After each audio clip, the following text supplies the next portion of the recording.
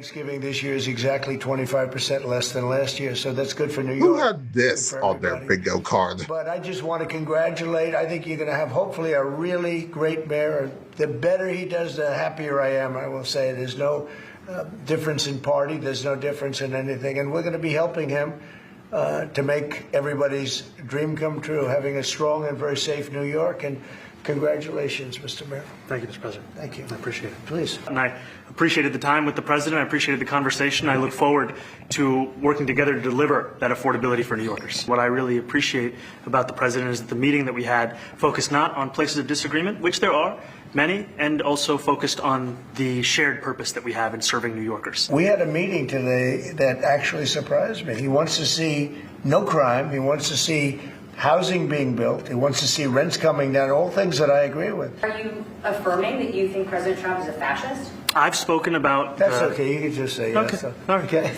Yeah. It's easier. It's easier than explaining it. I don't mind. I think you really have a chance to make it great. I appreciate what you're saying. Mr. President, you say you love. Would you feel comfortable living in New York City under a Mamdani administration? Yeah, I would. Goodness gracious, great balls of fire. I think Deadline had it right. It was quite beloved. New York City Mayor-elect Zohran Mamdani was treated better by U.S. President Donald Trump than some members of his own party. How about them apples? Is this a sign that our political discourse may, at least in this moment, be a little less coarse? What an odd couple, these two. I mean, really, this is pretty freaking extraordinary, folks. Nature may truly be healing. But as we begin a special Thanksgiving Eve edition of Fit to Speak, maybe, just maybe, you'll give this show a thumbs up or two.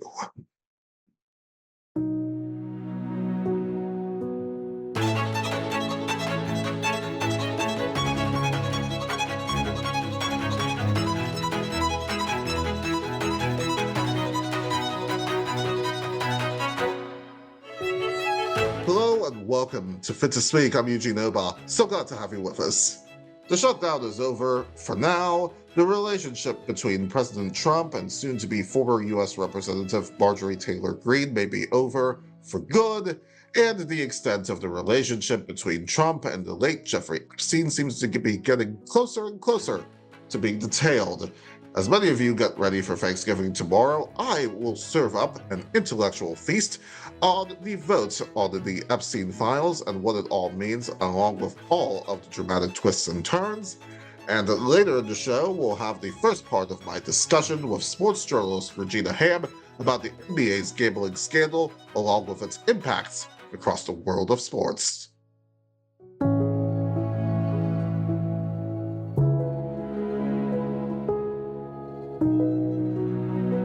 But first, I had to throw out the whole commentary that I had. I had prepared a commentary on the Democrats' victories in the off-year elections earlier this month in New York City, Virginia, and New Jersey, the disaster it may very well portend nationwide for the GOP in next year's midterm elections, and the egg on U.S. Attorney Judge Jeanine Pirro's face when a federal jury decided not to convict Sean Dunn, aka the Subway sandwich guy, of misdemeanor assault for throwing a footlong at U.S. Border Patrol Officer Gregory Larimore. Now remember, this was initially charged as a felony, as Judge Jeanine so gleefully stated. An individual went up to one of the federal law enforcement officers and started jumping up and down, screaming at him, berating him, yelling at him. And then he took a Subway sandwich about this big and took it and threw it at the officer. He thought it was funny. Well, he doesn't think it's funny today because we charged him with a felony, assault on a police officer. And we're going to back the police to the hilt. So there, stick your Subway sandwich somewhere else. Well, who is laughing now? I mean, I certainly am, and maybe you are as well, as she enthusiastically wasted 3 days of taxpayer dollars, taxes that I pay, on this nonsense. Talk about waste, fraud, and abuse. Isn't there a government agency dedicated to that? Isn't there? Anyway, as we are here hosting this show, on Thanksgiving Eve. I'm sure many of you now have traveled in now seemingly friendlier skies post-government shutdown and gather around the table with your annoying in-laws. I mercifully do not have that problem. Congress did something that has not been done in a while, that has become a bit of a lost art form. Until now. On this vote, the yeas are 427, the nays are 1. 2/3 being in the affirmative, the rules are suspended, the bill is passed, and without objection, the motion to reconsider is laid on the table. To actually come together in a bipartisan fashion and actually unanimously vote for the Epstein files to be released, well, almost unanimous. There has to be, I guess, the black sheep or the cousin Oliver of the family, pick your pleasure. In this case, U.S. Representative Clay Higgins citing national security and privacy of those who may very well be in the files. And there may be a new black sheep of the MAGA movement in current U.S. Representative Marjorie Taylor Greene, who, as of late, has had a bit of a transformation, a glow-up, maybe. Look, I'm with women, so I feel very comfortable saying this. I'm really tired of the pissing contest in Washington, D.C. between the men. Yeah. I really am. Democrats voted for the ACA in 2010. It went into effect in 2014. That was the year that we saw our health insurance policy for a family of 5 go from $800 a month to $2,400 a month. And I'll say this, we also watch health insurance companies drop out of the market, and healthcare costs have risen and risen and risen and risen. But I'm going to pick on Republicans. Republicans never fixed it. I shouldn't have to go into a skiff to go find our Republican health insurance plan. Maybe Honestly, there is no plan. You know what? You want to know something? That, I believe, is the truth. There's a lot of ideas, there's a lot of bills, but there's no consensus. Yeah. And I think that's a failure. I do. Congresswoman, you posted on X that President Trump is, with his comments, fueling a, quote, hotbed of threats against you. Obviously, any threats to your safety are completely unacceptable. But we have seen these kinds of attacks or criticism from the president at other people. It's not new. And with respect, I haven't heard you speak out about it until it was directed at you. Dana, I think that's fair criticism. And I would like to say humbly, I'm sorry for taking part in the toxic politics. It's very bad for our country. And it's been something I've thought about a lot, especially since Charlie Kirk was assassinated. Maybe you should become a Democrat, Marjorie. No, I'm not a Democrat. You want to know something? I'll say this. I think both parties have failed. Let me tell you what a traitor is. A traitor is an American that serves foreign countries and themselves. A patriot is an American that serves the United States of America and Americans like the women standing behind me. Ooh, Mr. President, would you like some ice with that bird? Whew. I mean, the political expediency of Marjorie Taylor Greene aside, not to mention the whole thing about the resignation date that just so happens to be timed days after getting that nice government pension, something that even Laura Loomer is actually incensed about, she's been right. Of course, my quip about political expediency is possibly moot, given that in a twist that not even the former NBC soap opera Passions could write, she is resigning. I believe in term limits and do not think Congress should be a lifelong career or an assisted living facility.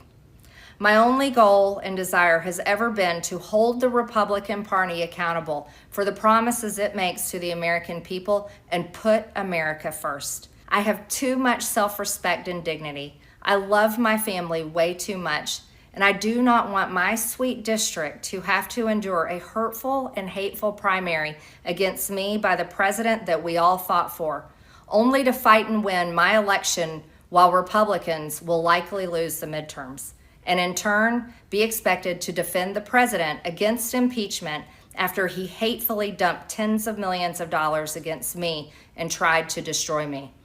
It's all so absurd and completely unserious. I refuse to be a battered wife, hoping it all goes away and gets better. If I am cast aside by the president and the MAGA political machine and replaced by neocons, big pharma, big tech, military-industrial war complex, foreign leaders, and the elite donor class that can never ever relate to real Americans, then many common Americans have been cast aside and replaced as well. Oh, is that Georgia House race going to be fun?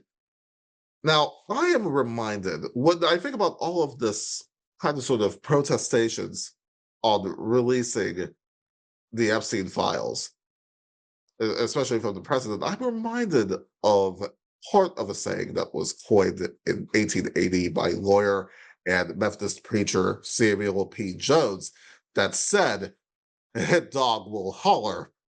More on that in a minute, and there may be a bit of a tangential relation to another story that we've done on this show. But allow me to remind you of the misdirection from U.S. Attorney General Mamdani about the Epstein files and some of the reaction to that. The DOJ may be releasing the list of Jeffrey Epstein's clients? Will that really happen? It's sitting on my desk right now to review. That's been a directive by President Trump. I'm reviewing that. I'm reviewing JFK files, MLK files. That's all in the process of being reviewed because that was done at the directive of the president from all of these agencies. So have you seen anything that you said, oh my gosh? Not yet. In February, I did an interview on Fox, and it's been getting a lot of attention because I was asked a question about the client list, and my response was, it's sitting on my desk to be reviewed, meaning the file along with the JFK, MLK files as well. That's what I meant by that. She spends so much time on Fox News, and this is the problem. Was she playing an act? Like, was she trying to play into the energy of the base when she said what she said? The files are on my desk. Billionaires are leaving on private jets to flee accountability. I've seen these tapes. They're absolutely horrific. Blah, blah, blah, blah, blah, blah, blah. Like, what was she doing? Was she just lying? Was she caught up in the fame and all of the attention she was getting and everybody talking about her? I gave her the benefit of the doubt. You give the benefit of the doubt to people on your own side. I thought, okay, I don't know why she gave us those binders if she didn't have good stuff in those binders, but she said there was another story. A whistleblower told her there were truckloads of documents. Hopefully she'll produce. And I gave her time. I was patient. I gave her the benefit of the doubt. But here's the thing, Chris. That day in the White House, Pam Bondi bragged about making that cover sheet on that binder that you're showing on the screen. That cover sheet that reads the most transparent administration in history. Epstein Files Phase 1. She told us she made that. She printed it. She put it in that binder. How can you square that behavior with what she posted on the Department of Justice website on Sunday saying, actually, there's nothing here. All the things, all the incongruencies in the narrative that you've pointed out, that you've observed with your own eyes, it's not true. And we're not providing any evidence to you to show you that what you might have believed is not actually substantiated by evidence. You're just supposed to take my word for it after she had told us something different multiple times. This is why I've come out and said President Trump shouldn't tolerate this kind of behavior. Pam Bondi has become a liability to him because people care about this story. They care not so much because they care about the Epstein list itself, but because they care about justice. That's what they voted for.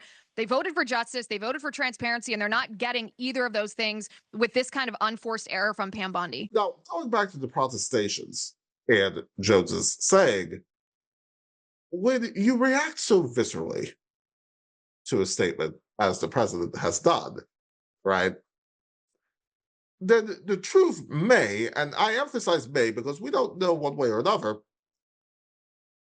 the truth may very well hit very, very close to home. And that visceral reaction was something that Catherine Lucy, Bloomberg News reporter, experienced aboard Air Force One. Yeah, if there's nothing incriminating in the file, sir, why are you using it? A spokesperson for Bloomberg News stated, quote, "Our White House journalists perform a vital public service, asking questions without fear or favor. We remain focused on reporting issues of public interest fairly and accurately." That's what good journalism does. Now, in the interest of disclosure, I do freelance. I'm an independent contractor for Bloomberg in a non-editorial capacity outside of the context of doing this show and all of the other shows that we do here at Common Sense Entertainment and CSE Media, not just on this platform, but also other platforms as well. But let it be known that the opinions that I express on this program, lest anybody be confused, are my own.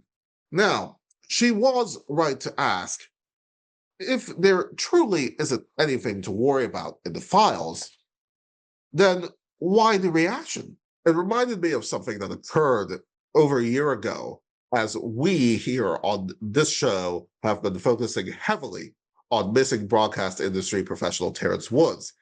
Now, on Fit to Speak from the Archives, I spoke to Terrence's father, Terrence Woods Sr., who, in part 2 of the conversation that we had, made claims about a Zoom call that he had with a friend of Terrence who is based in the UK. Now, remember that Terrence freelanced for Raw TV, which is based in the UK, and, by the way, would not respond last month to my questions about Terrence's disappearance and that company's culture. We know that this person that Mr. Woods engaged with on Zoom and the call that he says that he had with this person appeared on other outlets, most notably Dr. Phil's former daytime talk show, and whose attempted second act in Merit Street Media has been put out to pasture. Anyway, we did reach out to this person and invited them at that time to come on Fit to Speak from the Archives to confirm or deny on our air Mr. Woods's claims, especially all the details that pertain to Simon G. Simon G was the producer on set the day that Terrence disappeared. Now, this person, who we will not name, as they cited safety concerns, not only would not let us use their statement on air, and I'll tell you, I've been involved in this industry for over 2 decades, even going back to my high school newspaper. This was a first for me. Not only would they not let us use the statement that they sent us, but also had the unmitigated gall to threaten us with a lawsuit for having the temerity to air the statements of Mr. Woods. It was unbelievable. And the exchange that we had, with this individual, this was like, honestly, this was like a cornered gorilla. It really was. I mean, never mind the fact that the statements that are made, be it on this show or any show that is done here in the United States, it's all protected by the United States Constitution. Remember that. You see, the current occupant, the president, who occupies 1600 Pennsylvania Avenue, and this person who would not appear on Fit to Speak from the Archives last year, probably have more in common, I emphasize probably, but nonetheless have more in common than perhaps one thinks. I mean, albeit in very different circumstances, attempting to silence journalists, threatening lawsuits, behaving like cornered wild animals. It's all part of the playbook. Again, if there's nothing to hide, then why not relish the opportunity to come on this program and confront Mr. Woods on our air? Unless you truly do have something to hide, that you did something that perhaps you don't want anybody to know about. Now, let me be clear, lest anybody be confused, that I'm not saying that that is necessarily the case, but it is kind of curious. Just saying, life does have a certain order, a rhythm and flow. And, I will also add, by the way, in the words of Judge Judy Scheindlin, who I find to be much more qualified than Judge Jeanine Pirro and most of the justices of the Supreme Court, by the way, If it doesn't make sense, it is not true. What's the big deal of releasing the Epstein files?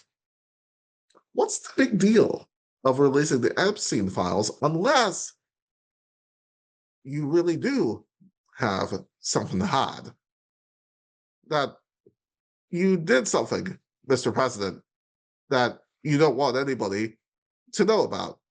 Now, again, lest anybody be confused, not saying that that was the case.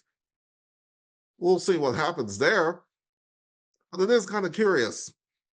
Again, I put back up the quote of Judge Judy Scheidlin. If it doesn't make sense, it is not true. The Justice Department's on the clock. They've got, as of the time of this airing, less than 30 days to produce the files. Now, Attorney General Bondi says that she'll follow the law in terms of the release of these files. We'll see. And maybe, just maybe before Christmas, we will have justice for the victims of the late Jeffrey Epstein and accountability for anybody, and I do mean anybody, that was involved in this with Jeffrey Epstein. I'll end with a couple of sayings. One from former U.S. Supreme Court Justice Louis Brandeis in 1913 before he served on the bench, and a variant of another from the rapper Jay-Z. Sunlight is the best disinfectant. And I got 99 problems, but piling around with pedophiles and podcast hosts performing vocal and mental gymnastics to justify that ain't one.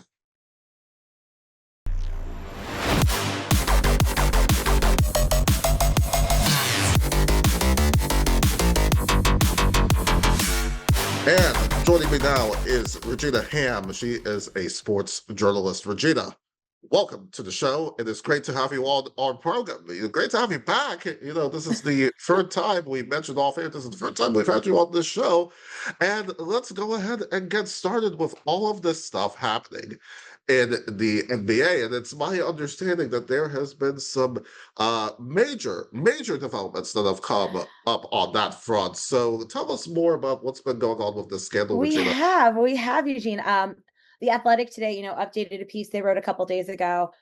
We are all familiar in the sports world with the betting scandal that has pretty much rocked the NBA.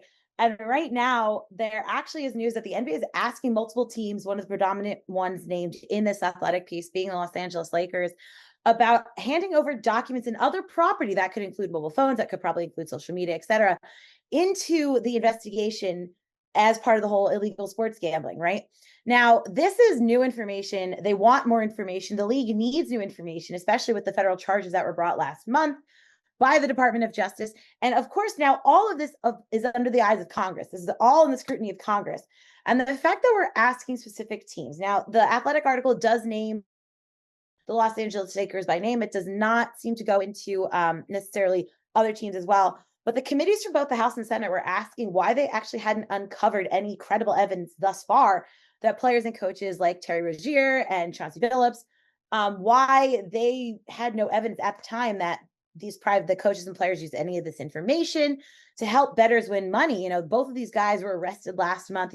Chauncey Billups, Portland Trailblazers head coach. It's a league-wide scandal, but the fact that they're now really starting to request access to things like cell phones, among other items, is really important, because this is how they're going to have a case. This is how the league not only is going to hold players accountable, but how they're really going to prosecute in the Department of Justice. Now, granted, whatever your views may be on how the Department of Justice and Cash Patel functions, this is how this is going to happen, especially in the FBI. This is what they're going to do. These are the next steps, shall we say, in this investigation. You have at least, I believe, the Athletic article cited, 10 Lakers employees that they were seeking phone records, cell phone information, anything like that. So they do have employees, it seemed, per what I read earlier today, who were cooperating, who handed over their cell phones, any phone records that might be required. But I'm sure there are going to be players and coaches and other employees. Remember, as you and I know, it's not just, the guys who play on the court and the guys who are coaching them. There's an entire front office, an entire staff organization. You're going to want to know who was involved in this outside of the big names, you know? So what you're going to want, we're going to look for in the coming days is what other people are going to be giving up voluntary information. Who else are we going to seek phone records from? What's really interesting is the fact that Damon Jones was a former NBA player. He's actually also LeBron James's former shooting coach. He also had access to the Lakers. They also are going to want to see his cell phone records and any information tied to that. So it's really interesting what's going to happen, what we're going to see from this information, because like I said, this was a month ago, if you can believe it already, that all this happened. Which it feels like ages, I know. And the fact that now we're starting to really hear stuff come out, what's really going on. And I don't know about you, Eugene, but in the year of 2025, I did not expect these Ocean's 11 type crimes to be happening. Yeah. I mean, it was crazy when I woke up a month ago and saw all this, and especially Kash Patel. You saw Kash Patel out in the presser about all this.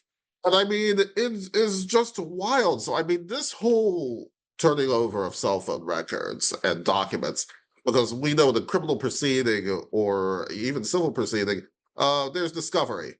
And this will be very useful information for Kash Patel, FBI director, as well as, of course, the Department of Justice under Mamdani, that sort of thing. So it's going to be interesting what the fallout of all of this is. And you know, Regina, when I think about this scandal, right, we have, now you ran through a lot of the details here in all of this. We're talking about x-ray machines. We're talking mafia connections, poker games. I mean, it doesn't look good for the NBA, does it? It looks bad. And like, as you and I both know, you know, we've both been sports fans for years, working in the industry as long as I have.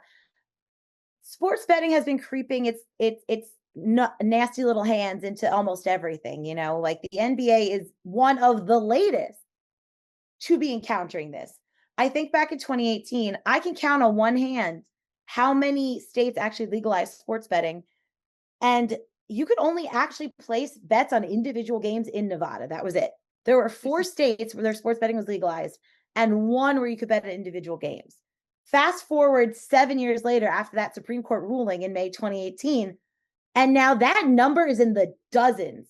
I believe it's almost 38 states, including Washington, D.C. And I believe as of last year, the revenue, Eugene, for sports betting in the legal sports industry, we should say, let's preface that there are still people who operate under the bookie system and illegally outside of the realm of the law, $14 billion alone last year in the sports betting industry. So the NBA's recent crisis, shall we say, is only a link in a chain, but it is one of the most publicized links in a chain.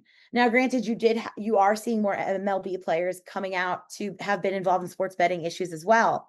But this is a big deal. The NBA, I feel like, for the most part, has been off limits in the sense, not like they were, you know, impenetrable about any sort of issues, but they were almost like the golden child. You had scandals, but they weren't sports betting scandals. That happened in baseball. That happened in the NFL to a degree. That didn't happen in the NBA. And now it has. And that's brought to light the fact that apps like DraftKings and FanDuel, former ESPN Bet, shall we say, all of these apps are raking in millions and billions of dollars, as we see. And the fact that like these 3, because there are 3 current players and former NBA players indicted in this as well. And that is really interesting because this is not just, you know, as you know, I left you as an example. This is not 1919 World Series with Shoeless Joe Jackson and the Chicago White Sox. This is advanced. This is mafia related. Now, granted, I wasn't alive in 1919. I know you weren't either. So we don't really know, you know, what the minutia was then. But we know now this was mafia driven, which is such a different realm than we've seen before. There was theft, there was fraud, there was robbery, inside information. It's an Ocean 11's crime that no one really expected to have happen. And it's so interesting that it's the league, the NBA that's having this happen. Like something as small as a prop bet on who's gonna make the next shot in, a 76ers Trailblazers game. Something so small like that was a focal point in this scandal. Is amazing. And just, it's really, really interesting because to collude with criminals like the mafia and to be involved in a scandal of that nature, to alter the outcome of games, very reminiscent again of the 1919 Chicago Black Sox. That's really interesting. And I know as we've been talking about it, it's only been a month, time flies. One of the interesting things that I've done during my research is to find out that it was things like feigning an injury or simply missing the next shot. It wasn't what I would think is necessarily criminal mastermind behavior. And certainly not. No, it was fairly innocuous in terms of what we see. He missed a free throw, he's just having an on-off night. No, he's having an off night on purpose. Yeah. And to continue on that thread, Regina, then should we watch any of these NBA games or any game of any league for that matter with a raised eyebrow? Because look, if I watch any of these games, be it professional, amateur, whatever it may be, I like to think that everybody is out there on the field, that sort of thing. They're doing the best job that they can. And yes, we know that injuries happen and so on and so forth. I mean, there was the whole hullabaloo about the Ravens when on the injury report a few weeks back with Lamar Jackson, and this amid this whole NBA stuff. So, I mean, should we really view sports competition when I sit on my couch or whatever it is and watch a game? Should we be questioning that? Have we kind of sort of reached the Rubicon where the betting aspects of it have permeated in the competition aspects of it? I would say, it's so interesting when you look at the perspective, and I'm talking the 4 major sports leagues. We're not talking, collegiate sports. That's a whole separate beast. When you look at the big 4 leagues, I think the more that sports betting is legalized sports betting, let's make that perfectly clear. Again, like we said, there is probably illegal sports betting that goes on.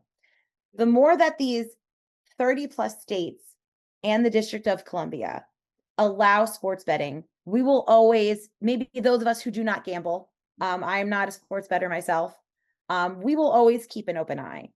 As a journalist, there's always that voice in the back of my head now questioning, especially in light of the recent scandal with the NBA, are we watching something that feels almost like WWE? WWE, people say oh, it's fake, this isn't real. Are we? I think you're right onto a point that we are starting to get to that point wondering, are these games real? Obviously we're watching them happen in real time, but now, as you said, there is going to be that question. Can these players be trusted? There's a trust issue that's been breached here. An unspoken social contract, if you will, that as much as we all love sports, the millions of us that watch sports here in the United States, how can we trust what we're watching? And that goes, to a very, very deep issue. But the issue you also have as well is we cannot say it's all sports better, because as we know, generalizing an entire group of people is just not quite accurate. True. But there's the question of, can we trust the games now? That trust has been severed, especially when scandals come to light. In other leagues, there have been other scandals. In the NHL, you had the Canadian hockey sexual assault scandal that has put a lot of mistrust into how the league handles sexual misconduct. You have, betting in Major League Baseball, which has obviously tainted the sport for many years. Again, going back to 1919, so over 100 plus years. Yeah. And now having the NBA. And you're having this issue where people are so invested when they make these prop bets, when they, make any sort of gambling attempt on these apps, especially the ones geared towards sports betting. You're now becoming the issue of, can I trust that there's integrity in this sport anymore? And I think that's going to crop up more in the minds, I think, of people who do not bet on sports, because we're not watching the game to fulfill a bet. We're watching the game to watch the game, or, because we want our opponent to lose. But you're going to have that integrity question come up. And I think that commissioners are going to have a really tough time reassuring people that no, this league has integrity. You can trust the outcomes of these games. But can you? Can we trust Adam Silver? Can we trust Gary Bettman? I don't know. It's an interesting question, Regina. Because speaking of Adam Silver, commissioner, there was a op-ed that he wrote in the New York Times, this back in 2014, saying that it was time to legalize and regulate sports betting. The impetus of that being that we need to get it out of the underground. And as you said, that this was not really a thing outside of Nevada and a few other states at that point. And, you know, Governor Chris Christie at that time, back in 2011, he had signed a bill allowing for sports betting, which the NBA opposed. Now, remember, the NBA and a lot of these leagues have previously opposed sports betting, sports gambling, period. And yet now, and in these years since, now they've cut us over the pot face. And you've mentioned, Regina, the numbers in terms of the revenue, the sheer revenue that a lot of these places are getting. So I think the question here is, has the gravy trade, are they afraid, these leagues, are they afraid of losing the gravy trade in all of this? What gives? I think it comes from a twofold, like the partnerships that a lot of these leagues have with ESPN, well, formerly ESPN Bet, predominantly FanDuel and DraftKings. These are big deals that they've signed with them. Revenue worth millions of dollars.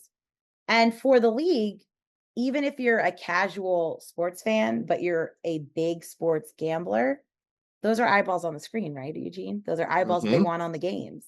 Yeah. Especially sports like baseball, which predominantly a lot of people have said is boring, which is wild. They are watching, not necessarily because they love baseball, but because they have things riding on it. I think that the leagues, regardless, whether they see, oh, we're getting new fans, they don't care. I think they're like, we don't care if we get new fans that are going to watch for years and years and years. We're getting eyeballs on the screen, and that's all that matters.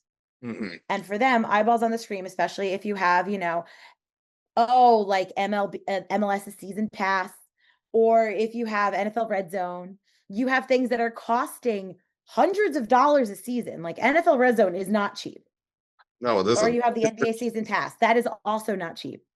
They're spending the money anyway. And I think at the end of the day, sports leagues are all about revenue. They don't care who gets hurt. And I think that's where we venture into a dangerous problem when we don't care who gets hurt.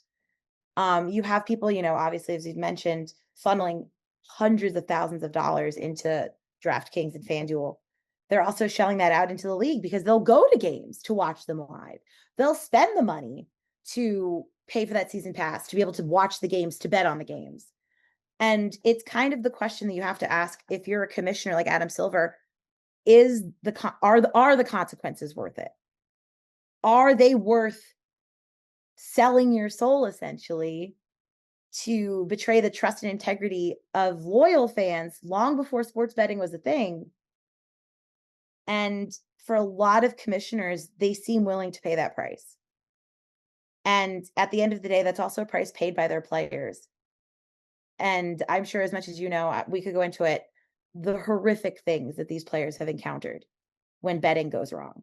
Yeah. So tell us more, Regina, because I know that some of this stuff now already, we know that social media in a lot of instances has become a true cesspool in so many ways. And then, you have people who it's like, if they don't get their parlay or whatever it is, that sort of thing, they're tweeting a lot of nonsense on the players. Some players are getting death threats and all kinds of ridiculous stuff. So what's the impact on the players, Regina, in this? So we're talking about the NBA tonight, but it's important to mention, like, it impacts all players. There was a poll earlier this year done, I believe by The Athletic. It was an anonymous NBA player poll, and they polled 158 players. And so roughly 1/3 of the league, 150 of the 158 players polled, shared that they get messages and DMs, like you mentioned, Eugene. Some of the things I can't repeat in polite company, whether even if it was someone I was talking to at a bar, because they're just vile. There's players who obviously answered anonymously saying that they were going to have their families attacked. You can probably sub a 4-letter word that starts with the letter F that they've used instead of attack. There are people who have said, I hate sending people threats because I messed up, I hate people sending them threats because they got their parlays messed up. And these are people who think the worst of the worst. For example, Jalen Brunson has said he's gotten some pretty messed up things that definitely cross the line of what is acceptable. Like you said, it's a cesspool. You have a lot of players in the NHL and MLB who also receive similar messages that would, in our worst nightmare, Eugene, I would never imagine saying to somebody else who screwed something up that I was, I had a lot riding on, and that's where you run into an issue where people are spending thousands of dollars to make these bets. It doesn't go the way that they want. And instead of acknowledging their responsibility in the choices they made to bet $6,000, $7,000 on a parlay, they're attacking the player. And we've seen this, like I said, we're focused on the NBA. 150 out of 158 players surveyed, Eugene, that's a lot. That's more than 2/3.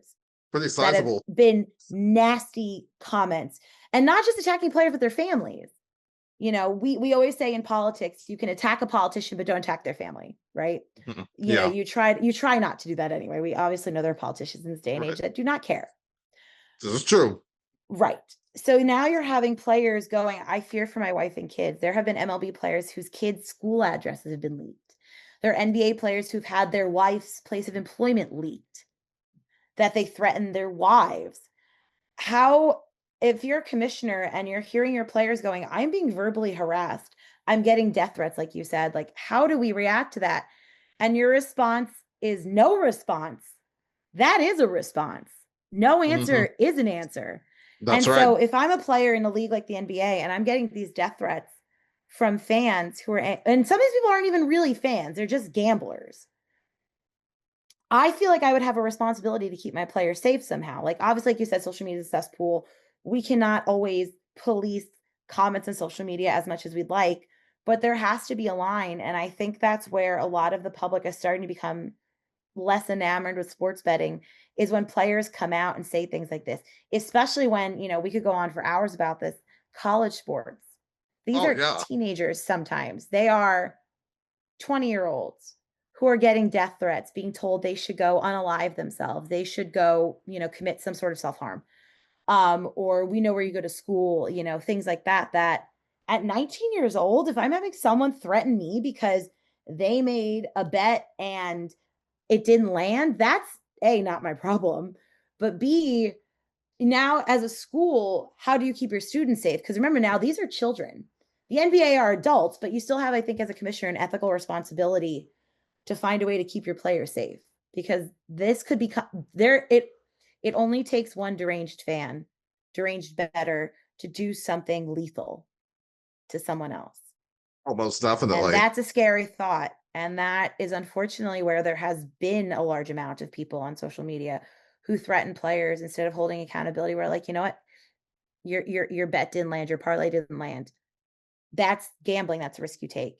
And now are we also counting in that risk of gambling the risk of the lives of players? And how okay as a society and sports fans are we okay with that? And that's something that I think the public certainly has to think about, because then it's like, Regina, what's then is the solution here? Because has the toothpaste gone out of the tube at this point? Because you have these leagues, you have these betting companies, you have the media. And I also want to get your thoughts about the media coverage of all of this, because ESPN got a lot of heat in the beginning of this because they were just, talking about First Take, and they didn't break in on this or whatever it was. What is the role, I guess, of the media in this stuff, especially outlets like ESPN and some of these others? And I will also note for our viewers that some of the ESPN personalities, especially Stephen A. Smith and some of the other folks, Mina Kimes, who has, of course, apologized for her role and endorsing the papaya this solitaire app that's made by Papaya Gambling. That company has some controversial history in this. But what are you seeing here, Regina, about the solutions and I think the media's role in this? You'll hear Regina's answer to that and much more in the New Year's Eve edition of Fit to Speak, so do come back and join us for that. Finally, as the college football coaching carousel turns, quite medieval looking, by the way, most recently with former Penn State head football coach James Franklin signing on with Virginia Tech as its new head coach, it freezes for University of Maryland's head football coach Mike Locksley. Jim Smith, Maryland's athletic director with truly boundless energy, issued this letter to long-suffering Maryland football fans, noting the program's free back-to-back bowl game wins and citing the challenges of NIL, that Locksley deserves widespread support, while also acknowledging the disappointment with Maryland's record, one that got worse with this past Saturday's loss to Michigan. Smith went on to say, in part, quote, "Our goals remain clear. Build a program that competes for Big Ten championships and earn a place in the college football playoff. Achieving those goals requires consistency, commitment, and alignment at every level. With the support of President Pines, Maryland Athletics is committed to making the necessary investment in our football program to position us to achieve these goals."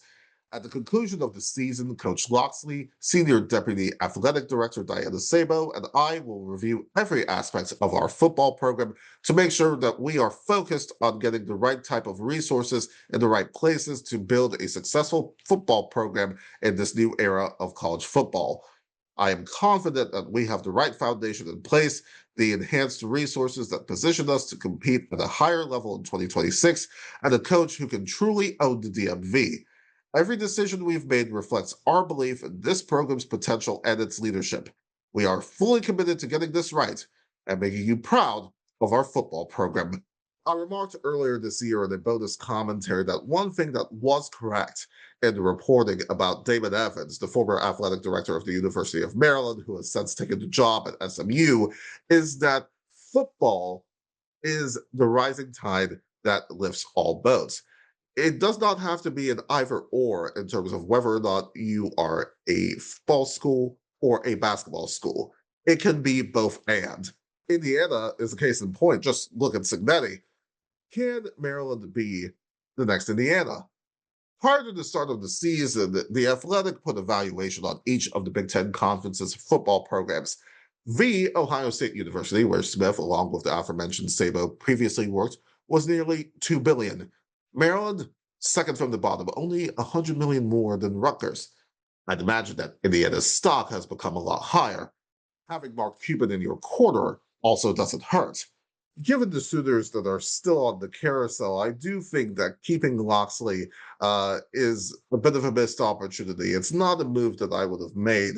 And the argument that has been made, that has been bandied about really about the buyout to the tune of $13.4 million that the University of Maryland apparently cannot afford, that is not a particularly compelling argument to me, especially given what Penn State did with its buyout. A little renegotiation doesn't hurt nobody.